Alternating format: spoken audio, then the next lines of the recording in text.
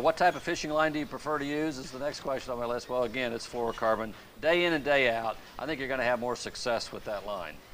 Now, what's my go-to lure? Crankbait, spinnerbait, plastic worm? That's a really good question, and I've learned over the years not to have a go-to lure. Back in the day, particularly when I was tournament fishing, my go-to lure was always the plastic worm, okay? But I've learned over the years to try not to have a go-to lure because every day the situation, the environment changes, and the fish are, you know, one day wanting one thing and one day wanting the next. Now, if you said you can only have one fishing lure and that's it, you can never have another one, what would it be?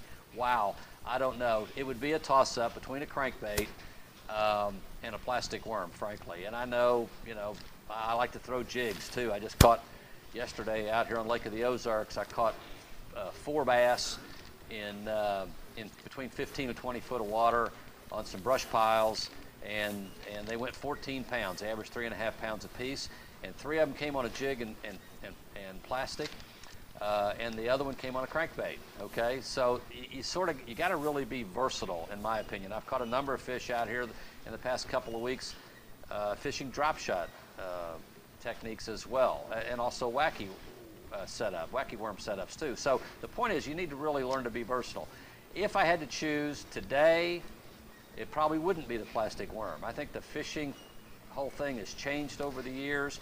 I would tend to go with crankbaits, and in the best case scenario, I would throw a crankbait till I found some fish. Then I would slow down with something smaller, or I'm sorry, something you fish slower like a worm or a jig, and I would try to catch the bigger quality fish. But if I had to just say, I could only have one lure, I know many people would choose a jig.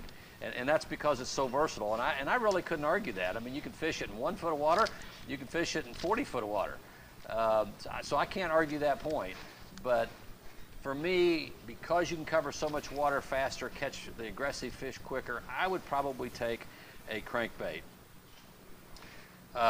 Do certain color and types of lures work better at different times of the year? And we've kind of covered that a little bit. I will tell you this about things like plastic worms, in my view. In a clear body of water, like for example Table Rock and Beaver Lake and even parts of Lake of the Ozarks, my feeling about lure color on things like plastics is that the cleaner and clearer and deeper the water that I can see, the more translucent colors that I want to fish. Bill Dance once said many years ago, any color of plastic worm is okay as long as it's blue. And I'll be honest, I day in and day out for years, that's what I bought into, and by golly, I still think that's a good choice. But at the end of the day, other colors have come along since then that also help match the forage. You know, watermelon, of course black is a good all-around color as well. But the cleaner and clearer and deeper the water that I can see, the more translucent blues, reds, and natural colors that I'm going to want to fish, like the green pumpkin would be a good example also. I throw crankbaits most of the time that I fish, but 95% of the fish I catch on plastics and jigs. What's the key to crankbaits? You know, there are a couple of keys to crankbaits. Number one is you got to fish the lure at the right depth. I mean, these fish can be from 1 foot of water to 40 foot of water. And finding the depth of the majority of the fish that you're trying to catch, that's the number one thing you can do every time you go fishing. It's not lure color.